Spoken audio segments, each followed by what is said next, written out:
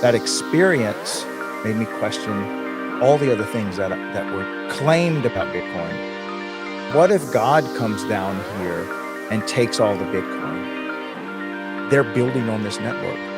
They're owning this network. They're stacking this network.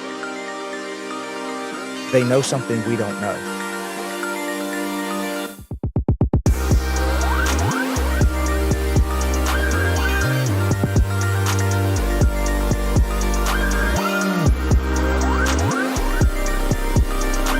Okay. All right. We are live here, Craig Leblanc, with the Daily Bitcoin Podcast, your 9 p.m. crazy person on the road. Traveling today to Texas. I had a convention there for my other podcast that I do for Parks and Rec. For you Parks and Rec people, I know some of you are starting to pile into this Bitcoin community out of curiosity and, of course, me talking your head off about it at lunches and meetings that's supposed to be about Parks and Rec. But you know me, I'm a two passions man. I've got Bitcoin and I've got the Parks and Rec community. So they're going to just have to blend because I'm going to talk about both. So a lot of Parks and Rec people are, city government. They're coming in because I'm dragging them in, kicking and screaming. They just want to know. So if you're here for from the Parks and Rec community, welcome to my Bitcoin community. This is the community that got me started in podcasting, got me started in video, got me started here on Spaces, and I love it. Found a new passion of mine. So this is probably what I'm going to do till I'm not having fun anymore. But I am having a blast doing this. I love talking about Bitcoin, and I've got a lot of people reaching out to me, and I'm answering a bunch of beginner questions because most people I'm talking to, like I said, are in Parks and Recreation. That's where I spend that's my day gig. And one of them asked me, who's actually a Bitcoiner, and this actually goes out to Mr. John over in Fairhope, Alabama, longtime friend of me and the family, and just really appreciate hearing his journey. And so he actually went to find a Bitcoin community because he's like, nobody wants to talk to him about Bitcoin. So this is a man that knows a lot of people and is not afraid to talk. He's not like an introvert. And he can't find anybody that wants to talk about Bitcoin. Even went to a meetup in Mobile, and none of them really owned a Bitcoin. They just like to talk and meet and drink beer. And so if you think you're not early, remember, you're in a massive echo chamber. Even if you're new to this channel, it's the first time you're listening, there is hardly anyone in Bitcoin. There's a lot of talk about it, but all the world's wealth and energy is still, for the most part, not even paying attention to Bitcoin. And he asked me, John, he said, how did you get the courage to go all in on Bitcoin? And when I say all in, it's all I have. I have nothing else, no other, well, except this car. How did I get the courage to do that? And it caught me off guard because I'm like, courage? I don't feel courageous because I'm all in on Bitcoin. I don't feel like I've done anything super intelligent. I feel like, how many times you got to run a math equation and get the same answer over and over again before the 100th time you run the same math equation, you're just confident you're going to get the same answer. And so the more I hung around Bitcoin, and I'm hearing from this person and that person, doing my own research, and I'm seeing the formula laid out before me that this is engineered money. It's a network, an energy network. It's peer-to-peer. It's up 24/7. It's not confiscatable or unconfiscatable, and it's decentralized. And so you hear those words, a lot of you may be hearing this for the first time, and you hear those words and you're like, what the heck did all those words mean? I did not know either. And then I started to just learn more, and then I started to use it. And therein lies the key. I had an experience of Bitcoin. I experienced Bitcoin sending funds, sending energy over the weekend. I'm like, oh, that's cool, because my whole life, nights and weekends, banks take the days off and the nights and weekends off. They take holidays off. If you're not, and then you've got banking hours and banking days and banking holidays. And I'm like, oh, I just got to work around their schedule. Not with Bitcoin. That experience made me question all the other things that were claimed about Bitcoin. And I wanted to go check out those claims, because if this thing can be used 24/7, well, that's pretty convenient, sending money 24/7. If it's final settlement, if it's a proof of work, if it's, and then here's the big one. Thank you, Adamo, for opening my eyes to this one. Ladies and gentlemen, probably the most important thing I've learned to date about Bitcoin. And I tried to put it into words a couple of days ago, but I'm going to try it again until I craft and hone this message in, because Bitcoin's base layer, aside from what Jeff Booth says about it being the people and the entrepreneurs and the coders and the hackers and all the cypherpunks and everybody else that's building on this freedom network, whatever, aside from that being the base layer, the other base layer is energy, the kilowatt. The kilowatt. For those of you that don't know what a kilowatt is, go look at your electric bill. They're charging you per kilowatt. 10 cents a kilowatt, 20, 30 cents a kilowatt. If you're kind of in some crazy places or in Europe or something, yeah, 30, 45 cents a kilowatt. But over here in South Louisiana, we're at 10, 9, and 4 cents industrial rate a kilowatt, because we got energy just literally coming out the ground. So there's no free energy machine. There's no machine that we've discovered that can just make free electricity. Every electricity generating machine is working. Every electricity generating machine is working. Mechanically, wind over a massive turbine held up by a big chunk of steel, held up by a massive chunk of concrete. The wind is blowing those blades, turning that rotor, generates electricity, makes a kilowatt. The nuclear fusion bomb that's going off in the sky, and we're somehow collecting it through these solar panels. The sun's doing some work there, ripping atoms apart. We're somehow capturing that. Sun's working, solar panels are working, produces a kilowatt. We drill, we find, we burn natural gas, puts it in the generator, explosions happen, work's being done, produces a kilowatt. We even learn how to split the atom and make nuclear fusion, nuclear fission. I forget which ones happens at the fission's ripping apart. Yeah, so the ripping apart's the big one. That's nuclear fusion. I think we're using nuclear fusion. Actually, we're trying to figure out fission. Excuse me to all my Bitcoin physics nerds. I know y'all are laughing at me right now. The point is, they're working. Every way that you can produce a kilowatt is work. We have not figured out a way to hack the kilowatt. We haven't figured out a way to print more kilowatts. We haven't figured out a way to rehypothecate the kilowatt. The kilowatt takes work, and no one yet has cheated that system. So you want to talk about a system that's unhackable. You want to talk about AI hacking a system, which we're going to get to that later. I have another point about AI coming in. Kurt, I got your answer on that one. There's no way. So which thief is going to break into the kilowatt producing system and make it for free? Okay. You have to dam a river. You have to do something. You have to do work, and then you get this precious little kilowatt. And so a kilowatt, if you take it and divide it by the voltage, say 240, good round number, that's like 4 amps of power. What draws 4 amps of power? Like, well, I can tell you what draws 15 amps of power, and that's like a hair dryer, right? You want to dry your hair, 15 amps, 1500 watts, okay, 10 amps, something like that. A Bitcoin miner, well, it's kind of like a heater, and it mines Bitcoin with this energy, with this kilowatt, and it's drawing, I'm sure my miners are going to chime in on this, 25, 28 amps of 220, okay? What is that, 7,000 watts? I know I'm way off on that. Okay, anyway, y'all can do the math. The point is that there's no free electricity. There's no free electricity machine. That's what's backing Bitcoin. Why? Because it's a proof of work system. You have to prove that you've done the work by turning on your computer, running these SHA-256 hash algorithms, which I don't know anything about yet. I'm learning. You have to turn these on, and then you consume the kilowatt. And so Bitcoin is backed. It's like, what backs Bitcoin? There's nothing backing Bitcoin. Wrong.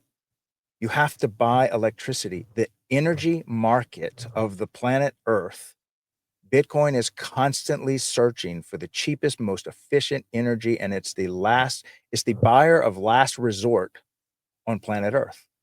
And it is hunting cheap, stranded, abundant energy, and it will find it. It's going to usher in an age of abundant energy because energy producers always have a buyer when there's no other buyers. When no one else will buy your donuts, Bitcoin comes along and buys every one you have at a discount. It's buying the day old donuts. Okay.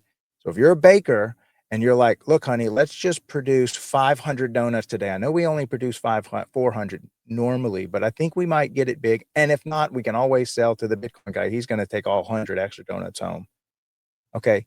Bitcoin is a buyer of last resort so that no matter what, if you go through the trouble of burning coal, building a larger power plant, and there's no city to consume, there's no consumer to consume your maybe a little overpriced, you might not be able to sell it to Bitcoin for 10 cents a kilowatt, but Bitcoin will swoop in and buy it for 4 or 3 or something. And it'll buy dirty energy, and it'll buy stranded energy, and it'll buy brownout energy, and it'll just buy every kind of energy you can throw at it. It'll buy it. It'll find it, and it'll always buy it. And Bitcoin miners are sniffing out the entire planet for cheap energy.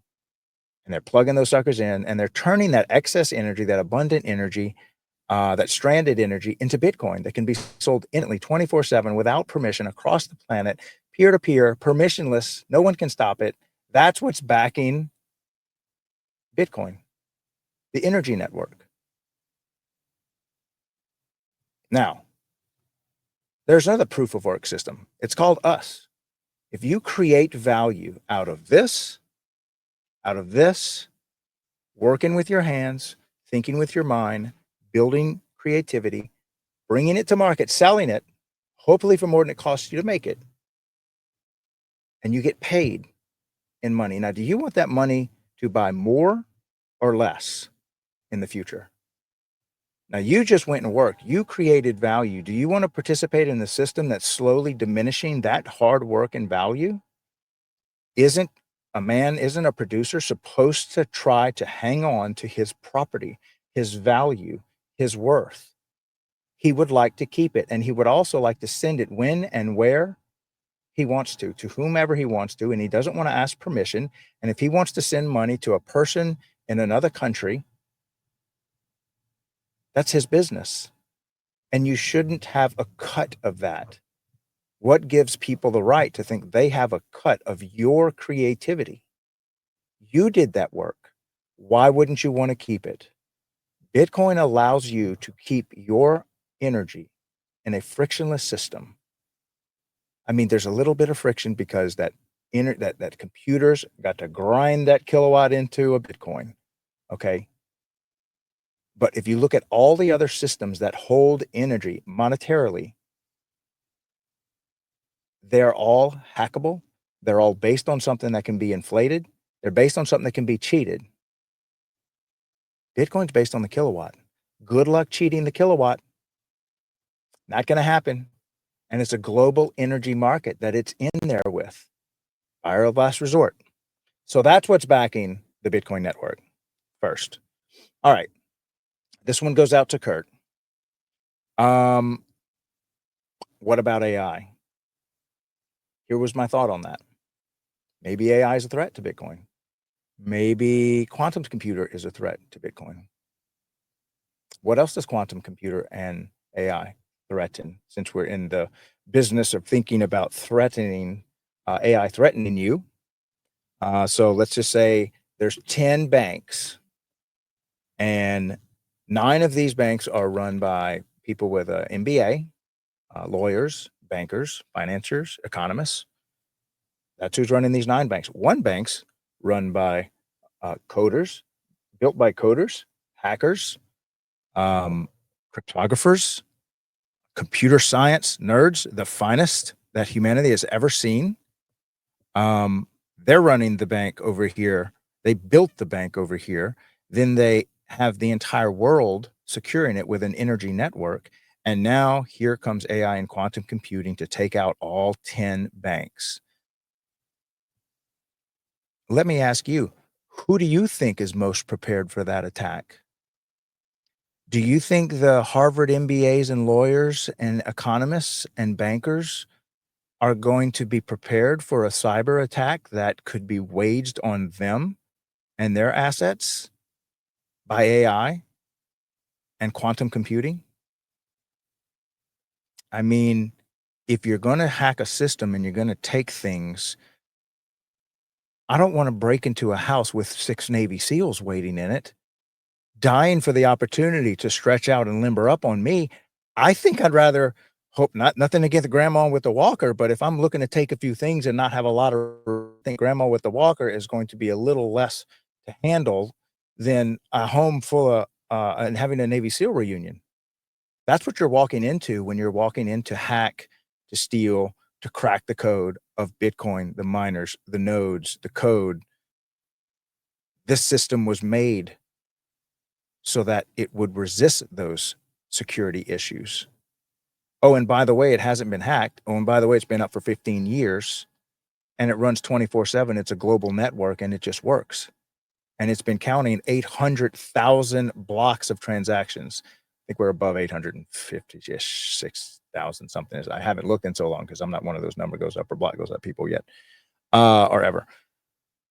My point is that we don't know what quantum computing is. We don't know what a super intelligent AI is. That's like saying, well, what if God comes down here and takes all the Bitcoin? Well, okay, he probably could do that. If you're saying some omnipotent creature, what if the sun goes supernova? What does that do to the Bitcoin?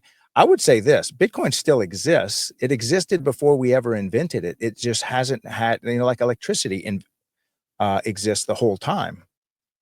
Electricity has existed the whole time, but only recently, in the past few hundred years, have we been able to harness its power, pump it through computers, use cryptography, build a decentralized network and protocol, launch it, and now it's got nearly $2 trillion in it. So, wanted to talk about those 2 points. Thank you, John and Kurt, for asking me those questions. I'm trying to think of what else I just heard. I would say this, guys, if you haven't gotten your Bitcoin off exchange, look, a lot of Bitcoiners have not getting their stuff off exchange. A lot of Bitcoiners know that they should get their Bitcoin off exchange, but they're just don't trust themselves. I'll tell you this. You're never going to trust yourself till you do something. If you've got a couple of Bitcoin, or I don't care if it's 500 or 5,000 or 500,000 Bitcoin, $500,000 of Bitcoin, so 5 Bitcoin. You're not going to feel comfortable till you just move $100 onto some hardware wallet, cold card trader. Once you move that $100, you get the lesson. That's where the confidence comes from. The confidence comes from practice. Practice builds momentum. Momentum builds confidence. And then you'll have confidence in your operational security, but you're never going to feel comfortable until you do it. So it's okay to have your stuff stuck on exchange right now and feel scared that you're going to screw it up. Just start small. Just start with $100, take it off exchange, put it back on exchange, send it to somebody else, have them send it back, open up your wallet, close down your wallet, reset your wallet, take that $100 and just cycle through it. Go find another Bitcoiner, say, hey, I want to try to send you some. Can you send it back? And then start up a wallet. You can turn it off, reset it, and then try to take your seed phrase and put it back in it. If you lose the $100 in the lessons, it's $100. If you lose the $50, it's $50. You're not there to save the $50. You're there to learn operational security. You're there to take custody of the most pristine asset that you don't have anything but price exposure to, as long as it's somebody else's keys. Okay, that's not your Bitcoin. If you haven't taken off exchange, it's not your Bitcoin. It's an IOU. And the people that are holding your Bitcoin, even the best of them, are subject to seizure in the states that they exist in, because they can show up with guns and men and say, "Give us your Bitcoin." "Oh, I'm sorry, but that's not my Bitcoin. That's my customer's Bitcoin. Give us your Bitcoin." Okay, when the thief comes, he's not just stealing the stuff that the owner of the home has. He's saying, "Put up your hands, everybody, put all your valuables into the bag." And that includes your guests and your neighbors and your friends that, "Wait a minute, I don't live here. Um, he owns this place, rob him." Nope. The thieves are saying, "Give me all your valuables, Coinbase. Give me all your valuables, exchanges." Okay, so when they get robbed, and they will, by the powers that are threatened by them, when they get robbed, and they will, you wanna have your own coins. Whew, good thing I got my stuff off exchange because they just got robbed. Um, and maybe the thief was the founder, or maybe the thief was the government, or maybe the thief was, "Whoops, we accidentally gave up the keys to the kingdom." Maybe they made a mistake. I don't know. The point is, not your keys, not your coins. Get them off exchange. If you have all your Bitcoin on exchange, it's okay. It's not the end of the world. Take that first step. Then you'll take the second step. Just get a hardware wallet, Cold Card or Trezor. Um, I'm moving to Cold Card. Watch some videos, BTC sessions, look him up on YouTube. He's got instructional videos on all this stuff. Send $100 to this hardware wallet. Oh, write down your seed phrase, hammer it out in steel, take these steps, have somebody in your Bitcoin meetup walk you through it. If you need somebody to hold your hand, that's exactly what I did. I went to meetup.com. I went to a Bitcoin meetup. I met Mr. Mark. I said, "Hey, I'm trying to move my stuff off exchange. I've never done this before. Can you walk me through it? Will you help me set it up?" Yes, yes, yes. I've sat with him in coffee houses, with me, with friends. We've opened up the new hardware wallets. We've set them up. We've written everything down, and I made it through it. And I am not some coder, and I am not some um, hacker. I'm not a computer scientist. I'm an electrician. Okay. I'm an entrepreneur. That's it. That's all I am. Okay. So the point is, you can learn it. And I have met women 80 years old at Bitcoin meetups that are so excited and pumped up about their Bitcoin and their hard wallet and all the other things, and they're there. Okay, so if they can do it, you can do it. And you can't say they had that excuse of, "Well, I'm not tech savvy. I don't understand that stuff. That's, it's over my head." No shit, it's over everybody's head. Everything in Bitcoin is over everybody's head. That's just the way it works. Unless you're freaking Einstein and you invented the nuclear weapon, maybe it's not over your head, it's in your head. Now it's out your head. And we're all like, "What the hell was that in that guy's head?" And that's what we feel about Satoshi Nakamoto, is that we don't understand exactly how this is going to impact the entire global markets. This is like the invention of electricity for money, for energy. It's an energy network. So everything changed, and it'll never be the same. This is like the event horizon of a black hole. All things of value, all energy is coming to it. It's the buyer of last resort for the energy market, and it is chomping at the world's energy with the world's compute and turning it into a money you can send across the internet, peer to peer, without permission, on a Saturday night, to someone in a country that your country don't like. Final settlement every 10 minutes. TikTok next block 860,000 times it's done this. And it has been attacked and shut down and banned and outlawed over 500 times by nation states for all kind of penalties. Huge mining facilities have been made illegal, banned. Chinese had to just ship them out. They moved to Canada and Texas, and now they're mining again, kicking ass. It has been attacked and attacked and attacked. And as far as all these altcoins and all these other shit coins that are out there, they're not surviving the attacks that are coming. They wouldn't have survived every attack that has already attacked Bitcoin. And Bitcoin's got way more attacks coming at it. And all it's doing is getting bigger and stronger with every attack because it's draining their efforts and it's strengthening its operational security. It's strengthening us as a network. It's teaching us the hard lessons of why you get stuff off exchange. It's teaching us the hard lessons of crypto is not Bitcoin. This is not some altcoin project. This is the real thing. Everything else is a distraction. Store your energy in the most pristine asset, backed by the kilowatt, backed by compute, backed by all these engineers. Now, remember this. I'll tell you this last thing. Lastly,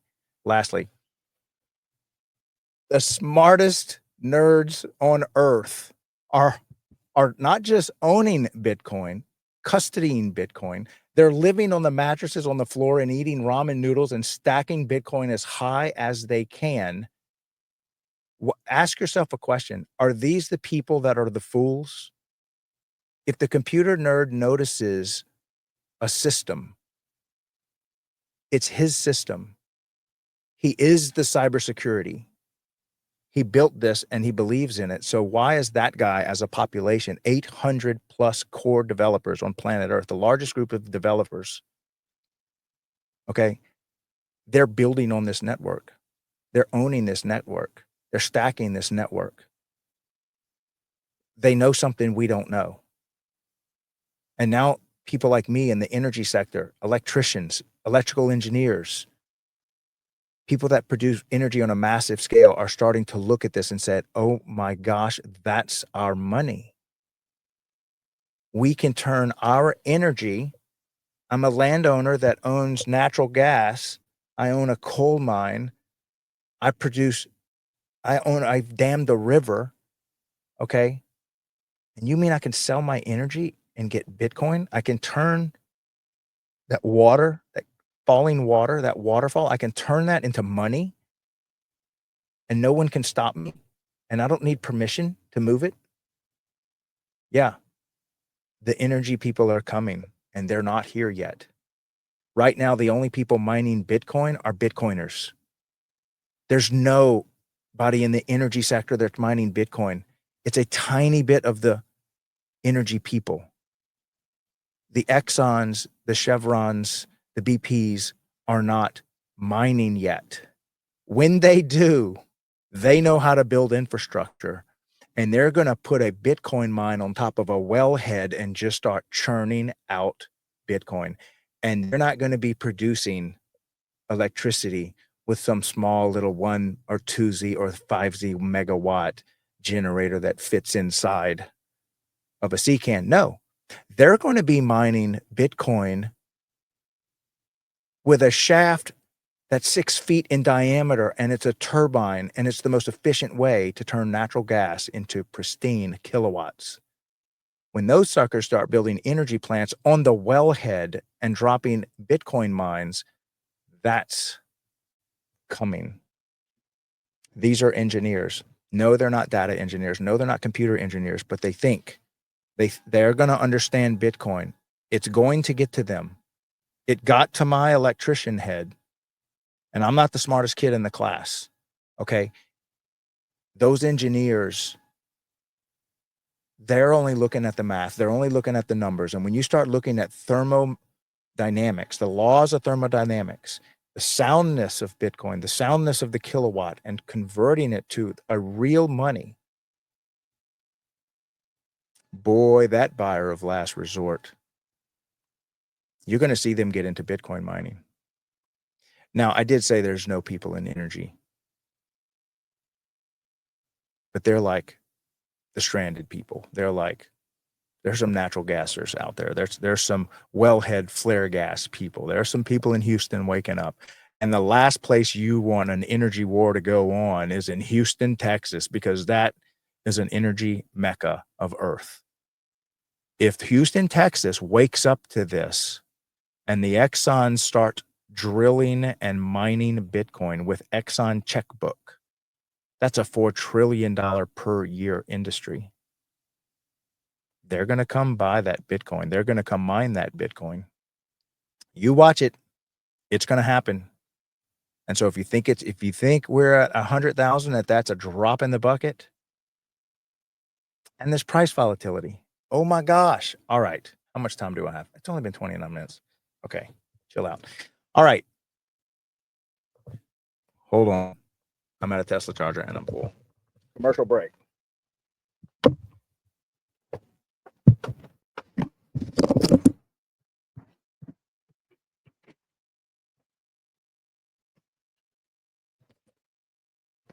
Okay. Ta-da-ta.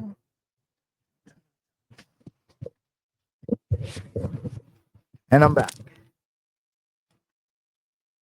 Hello. Okay. Still live performance here. That was a live performance. Let me pull up out of the Tesla charger in case any other Teslas want to pull up. And now I have to remember what my last topic was. I was all excited about it. Now it's just slipped my mind. Hold on. It's going to come to me. Let me park.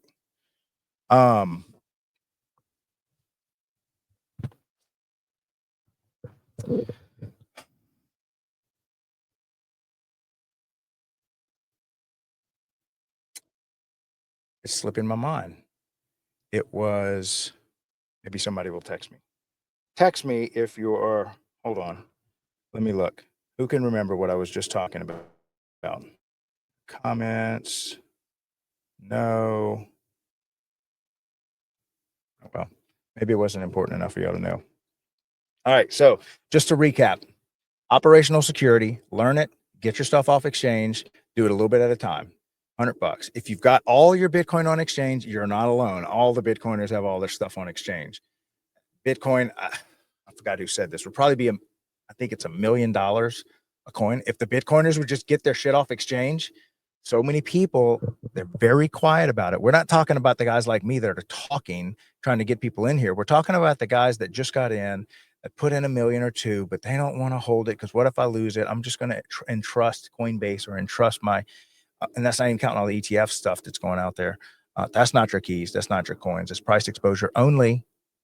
I get it. You've got stuff locked up in 401k, so you didn't want to take the penalty, but you still only buy price exposure. Okay. That's not your Bitcoin. Until you get $100 off, get it onto a hard wallet, stamp out a seed phrase, open up, your wallet, move it, send it back. You're never going to feel great about it. So I reiterate, get it off exchange. What backing Bitcoin? What is backing Bitcoin? The kilowatt. Can't hack the kilowatt. It's a proof of work system. You want another proof of work system? The kilowatt. You have to prove that your work if you're going to get one. And Bitcoin is the buyer of last resort for all cheap, stranded, abundant, extra energy. Bitcoin will say, I'll take that, 4 cents a kilowatt, turn it into Bitcoin. Now, if you've got a city that wants to pay, 35 cents a kilowatt, yeah, you can have that pristine energy in the middle of an energy center. But, if you've got a waterfall in the middle of nowhere with nobody living around it, and you can tap that sucker and turn it into energy, the kilowatt, Bitcoin will take it. Now you've got a client. The client will come to you. That's what I love about Bitcoin. Bitcoin's the buyer of last resort and we'll come pick it up. Okay. You don't even have to deliver. We don't need your delivery service. Okay. We don't need your Uber. We don't need your driver to come over here, drop off our pizza. We'll come pick up the pizza. Okay. But we want a little discount. We want a discount for picking it up. And there's nobody out here in the middle of nowhere. So give us a really good discount because I've noticed there's no people in your jungle. And so I want a massive discount on that energy. But something's better than nothing. Okay. Overbuild. That's what's coming. Overbuilding power plants is coming. And there's going to be excess energy as a city scales. The entire network the entire energy network, the electricity grid always overproduces. Always. It always builds a little more. It always generates a little bit more just in case. Okay. So Bitcoin can buy all that extra. There's extra in the system right now. Bitcoin's not there scooping it up because we're all still learning and building and educating. But I'm telling you, it's coming. It's an energy network, and the energy network has not recognized it. Okay. Bitcoin's an energy network, and the energy network of oil, gas, nuclear, drillers, Exxon, all those, BP, Saudi Aramco, all of those, they don't see this for what it is. It's their money. Just like the dollar is the US's money, just like the euro is the Europeans' money, Bitcoin is the energy sector's money. Anybody in the kilowatt, that's your money. Okay? That's like your little sovereign nation. You are the energy people of the world. You are the drillers, the oil well owners, the coal miners, the windmill, the nuclear power producers of the world. You have a money. It's called Bitcoin, and it will always buy your energy from you. You just got to give it a little discount, but it'll buy it at night. It'll buy it uh, when it's cold. It'll buy it when it's hot. It'll buy it remotely. It'll always buy your energy. All you got to do is plug it in, produce a kilowatt, boom, energy turns to your money. Money can be sold on the open market 24/7 to anybody, send it anywhere. That's all coming. Every little energy hole in the world is calling, and Bitcoin is listening, and it's seeking it out. And Bitcoin's also seeking out your friendly energy maker. Some energy producing companies are friendly to Bitcoin. They're going to be mean to it. And Bitcoin's going to take its ball and leave the play yard and go to where it's treated nicely. So go ahead, abuse your energy, uh, abuse your Bitcoin miners. They'll pack up and leave. Just ask China. We gladly took them in Houston, and Canada took them over there too. So run away the greatest economy that you've ever seen, okay? And it's just going to go somewhere else, because to leave and to start up a shop, all I need is energy, and you can produce anywhere on earth. You can produce energy. Okay. There's wind blowing all over the planet. There's sun shining all over the planet. There you can pop up a nuclear powerhouse wherever you got the scientists that know how to do that shit. There's oil coming out of the ground. There's coal everywhere. There's cow farts you can turn into a natural gas or energy, methane. It's energy's everywhere. Energy's all around us. Okay. We're turning it into something that we can all exchange on, that can't be hacked, that can't be cheated. So it's a money of the energy network. Energy people, that's your money. Okay. And then lastly, my doctor friend, my internet was terrible. You got to update your cell phone if you're going to run a hotspot on it, because otherwise Verizon pinches you down to like 0.1 upload speed. So my fault completely. I went to the Verizon store. They fixed it. I had a guest on, Dr. Ahmad Amus, wrote a book about medicine and is now on a mission to educate the world about medicine and the history of it and why we're so unhealthy. He is a brilliant man, a fellow Bitcoiner. We tried to do a show. You can catch bits and pieces of it, but it was so glitchy. It just failed. We have to reschedule. So we're going to reschedule and get him here. I also talked to G Money. He's coming on the show. Matt Hill with Start 9. I cannot wait to have Matt back. I can't even. These, if you want to know what's backing Bitcoin, Matt Hill is what backing Bitcoin. Listen to this man when he comes on. Listen to his brilliance. Listen to his gusto. This man is building out the decentralized network that supports Bitcoin. He's the founder of Start 9, open source, open protocol.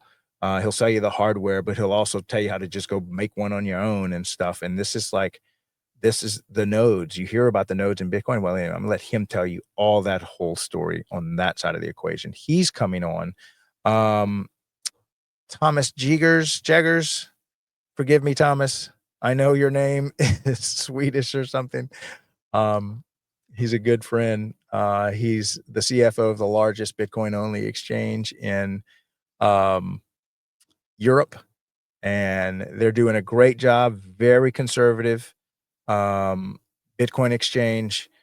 Saw him on the beach in Miami, looking off into the Atlantic Ocean, and I'm sitting there looking at the Atlantic Ocean, and we're just like, he had just spoke. He's an author of a fantastic book, and we ended up going to have lunch and never looked back. And we've been friends ever since. We keep in touch. And I saw him in Nashville, hoping to see him in Vegas. And anyway, he's coming back on the show. Brilliant mind. He understands Bitcoin at that macro TradFi level. brilliant mind, and so can't wait to have him on. Got a lot of good guests on the show that are gonna look at it from a different angle than me. I'm just your electrician, engineer, entrepreneur that's, not nearly as intelligent as these people that I'm finding. I'm on purpose wanting to be the dumbest person in the room. If you're not the dumbest person in the room, you're in the wrong room.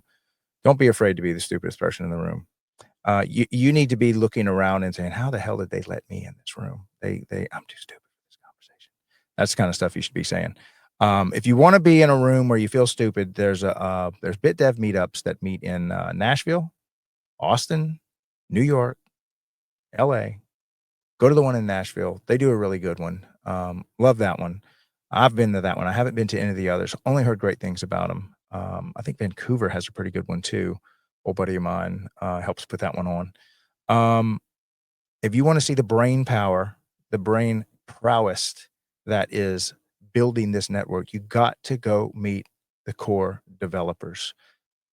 These are the people at the front line thinking their way through the solutions of scaling the Bitcoin network, of protecting the Bitcoin network, of finding flaws and weaknesses in the Bitcoin network, of proposing solutions to the Bitcoin network, all cryptographically vetted by other coders. It's a community of global coders and hackers and computer scientists that are all working tirelessly, 800 of them around the world, funded by Bitcoiners. Some of them are passion projects, some of them are funded by Bitcoin miners to just strengthen the network, build this project that makes it stronger. How do we increase the Lightning Network? What are the Fediments? How does that work? They're doing all the above. They're working on security issues. They're working on mining issues. They're working on pool issues. Um, this is what is backing Bitcoin. These are our kind of knight in shining armors that are going to see these hacks coming before anyone else sees it, and we'll be able to defend our network. So if you haven't been to one of these BitDev meetings, I know in Nashville they run monthly. Go on meetup.com, Nashville Bitcoin or something like that. I'll have to send some links on that stuff if y'all want them. But just go to meetup.com and put Bitcoin in Nashville, and you'll see. I think every Wednesday, first Wednesday of every month, or some Wednesday of every month, they get together. They have a social, about 150. I think it's first come, first served. They have a nice big room there, and you get to talk to them and hear them go back and forth on stuff, and you start to be exposed to that side, the brain trust of the Bitcoin network.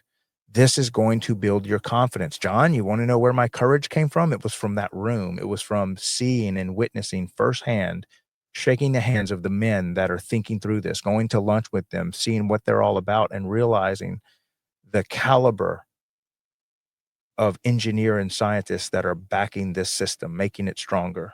That's where my confidence comes from. I've experienced the network. I use the network. I've bought the network. I store the network. I talk about the network. I'm building the educational voice arm because I guess that's my contribution to this, is to show up every day at 9 o'clock and start talking about this shit to wake people up. That's my contribution. But those men are the backbone of this. In addition to the miners, in addition to the node runners, in addition to the holders, okay, the people are not the dumbest people. They are the first adopters. They are the disruptors. They are the ones that are building something for mankind. And look, Bitcoin claims to treat everyone the same and does it. If you want Bitcoin, if you're a little kid in a country that has no rights in any other country, Bitcoin treats you the same as an American billionaire that can move mountains. You want Bitcoin? Get in line and pay the same price as everybody else on the open market 24/7. There it is. Buy it or leave it alone. And Bitcoin doesn't care whether you're male, female, sex, gender, country, young, old. Put your money on the table, son. Here's your Bitcoin. That's it. You have no advantage. Even if you're the US government, it forces you to give something in return. Okay? It'll drain your power. How much power drain? All of it. It'll hold all the power. The Bitcoin network will hold all the power, all the military power, all the government power, all the legal power, all the power that the bullies hold, all the power that the thieves hold, all the power from the ground, from the sun. It'll hold all the power. Bitcoin doesn't have a limit to how much power it will hold. It'll hold it all. It'll hold a star's worth of power. Okay? That's where Bitcoin's going. All the power can be stored in Bitcoin. It will not bother the system.